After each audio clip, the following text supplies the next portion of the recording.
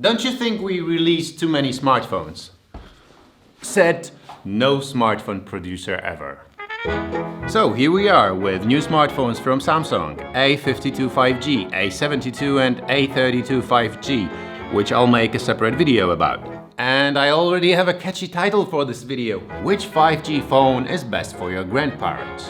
I'm joking, I'm never gonna review this phone. It's not bad, but it's not very interesting either. And this one, A72, is just too big for me. And the A52 5G has a better screen than the A72. It's 120 Hz refresh rate here and 90 Hz refresh rate here. They're both very Instagrammable. But it's not like what you see is what you get. Because they feel cheap. It seems that this is not the back of the phone. It seems like this is a cover. And it's worse on the A72, which makes me definitely choose the A52. Yeah. First of all, it looks a bit like a flagship, so maybe you'll be able to fool some of your friends until they look at the bezels. They are not particularly small. But headphone jack, fingerprint scanner under the screen. I'm Polish, so complaining is in my DNA. This is convenient. This is very low. So for me, it's just not in the right place and a bit too slow. On a daily basis, I would probably use face unlock. Less secure, more convenient. The speakers, there are two. They sound okay-ish, but there are two. It seemed impossible we'd ever understand. Not too loud as you heard. It was maximum volume, so yeah, but there are two. Still better than one. So I read that the phone is capable of 25 watts charging, but then there is this 15 watts charger in the box, and wireless charging is unfortunately not possible. I would love this to be a cover, so that you could buy like for $5 or $10 different colors that would fit your style, dress, mood, whatever. And you'd be able to change them. That would be fun. But I think it's not possible, unfortunately. Screen. The refresh rate is great, the brightness not that great, but not that bad either. Photos.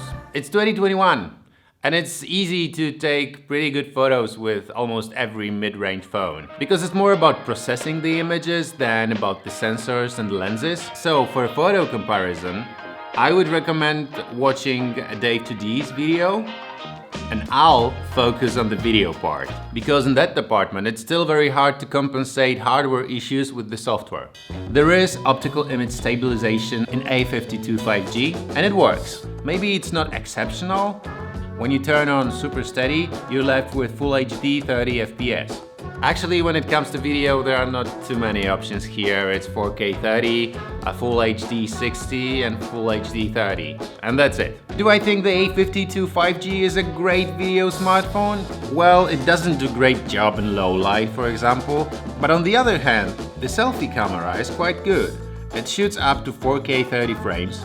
This is the OnePlus newest flagship I reviewed last week, and it shoots Full HD selfie video. So this dude, regarding the resolution, is better.